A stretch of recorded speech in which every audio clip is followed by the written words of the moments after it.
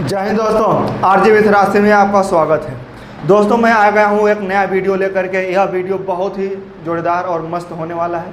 दोस्तों इस वीडियो में मैं आपको बताने वाला हूँ कि आप जब ये कहें या जब आपको ये कहना पड़ जाए कि मुझे पढ़ने की ज़रूरत है, मुझे खाने की ज़रूरत है, मुझे काम करने की ज़रूरत है, या ये कहें कि मुझे बाज़ार जाने की ज़रूरत है, या इसी को आप ये कहें कि मुझे बाज़ार जाना पड़ा, मुझे खाना खाना पड़ा, या मुझे अपने दोस्तों से मिलना पड़ा।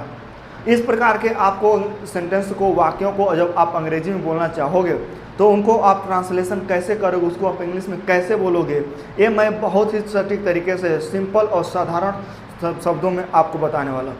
दोस्तों अगर जो आपको आता है तो थोड़ा वीडियो को आगे बढ़ जाइएगा, स्किप मत करिएगा। बहुत ही जोरदार चीज़, बहुत ही अच्छी चीज़ आपको मिलने वाली है। आइए हम बात करते हैं। ये पहले इसको हम दो पार्ट में बांट करके समझेंगे। एक में हम बात करेंगे प्रेजेंट की बात करेंगे, यहाँ से क्या है की बात करेंगे, हम लोग प्रेजेंट की बात करेंगे, और दूसरे में पास्ट की बात करेंगे। बाबू प्रेजेंट और पास्ट में क्या होता है? प्रेजेंट का मतलब यह है कि जो अभी तत्कालिक में मैं बता रहा हूँ कि जैसे मुझे खाना खाने की ज़रूरत है, मुझे आने की ज़रूरत है, मुझे आना पड़ा, तो जब आना पड़ा तो पास्ट में चला जाएगा। लेकिन खाने की ज़रूरत है, मुझे पढ़ना है, मुझे आना है, तब ये आपका प्रेजेंट में आ जाएगा। तो हम बात करेंगे किसकी, हम नीड की बात करते हैं। नीड मीन्स क्या होता है बाबू? नीड होता है, नीड मीन्स ज़रूरत होती है। क्या होता है? ज़रूरत। यह ज़रूरत किसके लिए होता है? ज़रूरत जब आपकी पड़ती है तब होता है। अब यह नीड टू लगा देंगे तो ज़रूरत होना हो जाता है। किसी वस्तु की, किसी चीज़ की जब ज़रूरत होनी होती है या ज़रूरत पड़ती है और उसको आप एक्सप्लेन करते हैं, तब इसको आपको नीड टू लगाना पड़ता है। जैसे कि मैं कहूँ, आप सीधे सीधे आप वाक्यों से समझें। सेंटेंस में क्या है कि मुझे पढ़ने की ज़रूरत है, मुझे पढ़ने की ज़रूरत है। तो आपको तो दिख रहा है मुझे पढ़ने की ज़रूरत है, ये अभी बताया जाए तो इसको कैसे बोलोगे? I need to study, I need to study. ये तो प्रेजेंट में हो गया। बट अगर जैसे को पास्ट में क्या कहोगे? मुझे पढ़ना पड़ा, मुझे पढ़ना पड़ा, क्या हुआ? बोलोगे मुझे पढ़ना पड़ा, मुझे पढ़ना पड़ा। मुझे पढ़ने की ज़रूरत थी, मुझे पढ़ने की ज़रूरत थी तो अलग हो जाए, मुझे पढ़ना पड़ा। जब यहाँ लगाओगे बाबू तो ये जो नीड टू है ये नीडेड में चेंज हो जाएगा। किस में हो जाएगा? नीडेड टू हो जाएगा, क्योंकि आपका पास्ट में जो होता है वर्ब का सेकेंड फॉर्म आ जाता है, तो नीड का सेकेंड फॉर्म नीडेड होता है। कैसे बोलोगे इसको? बोलोगे आई नीडेड टू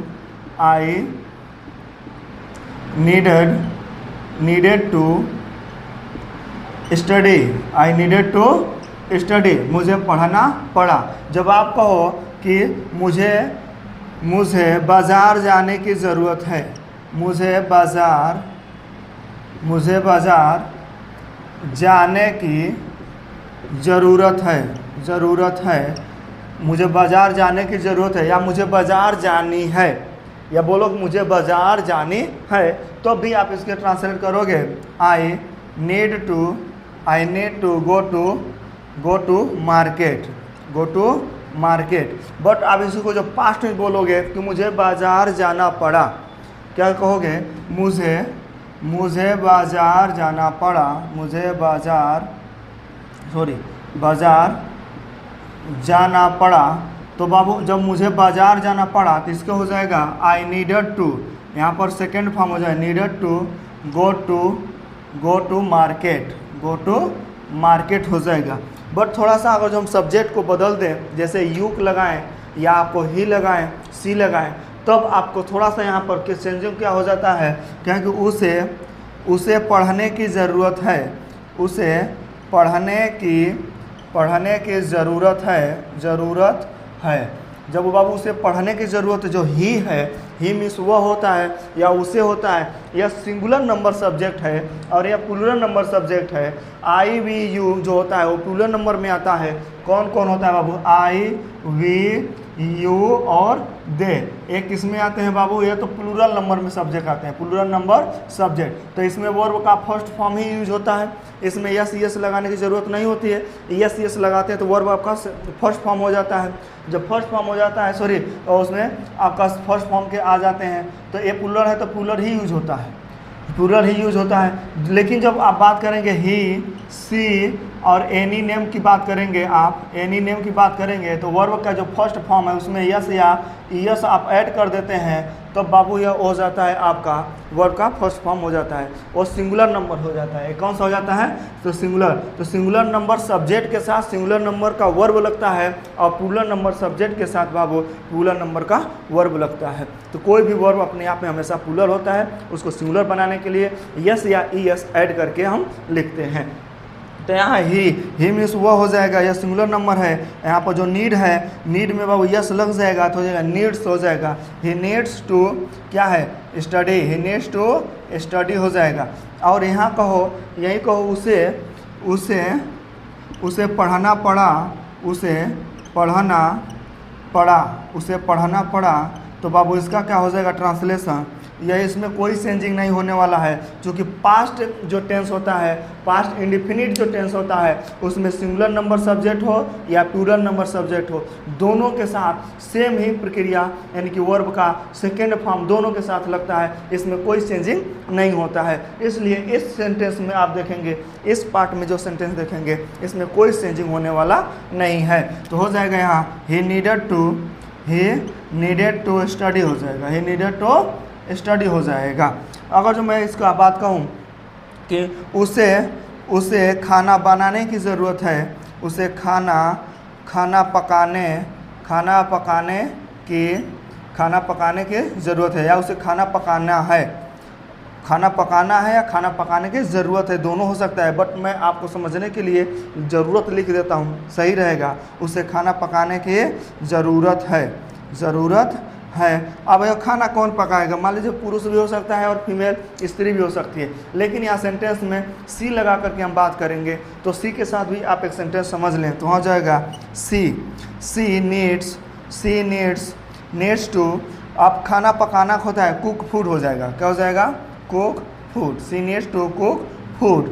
अब या उसे कहो उसे खाना पकाना पड़ा, उसे खाना पकाना पड़ा।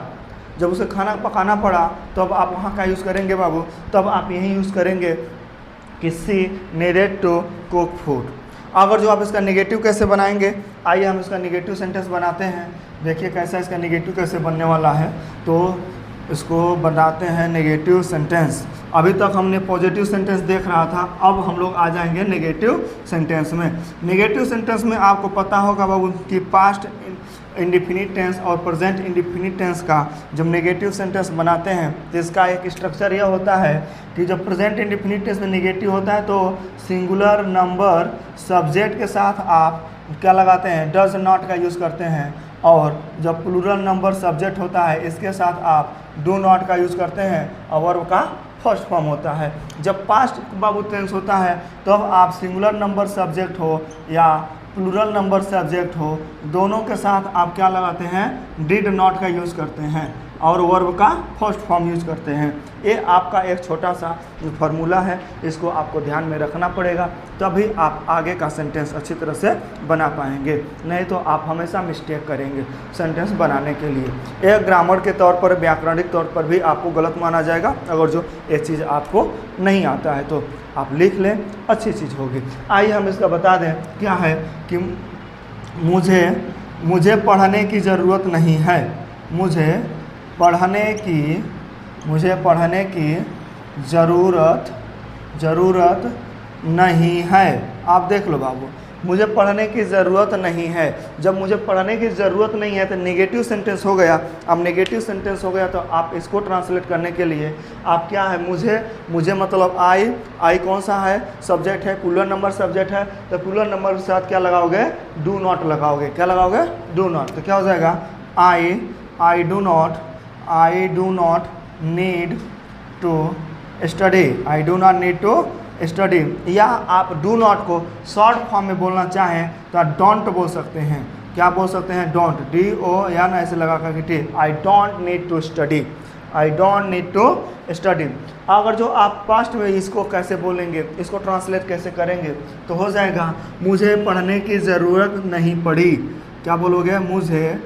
मुझे पढ़ने की ज़रूरत ज़रूरत नहीं पड़ी, मुझे पढ़ने की ज़रूरत नहीं पड़ी।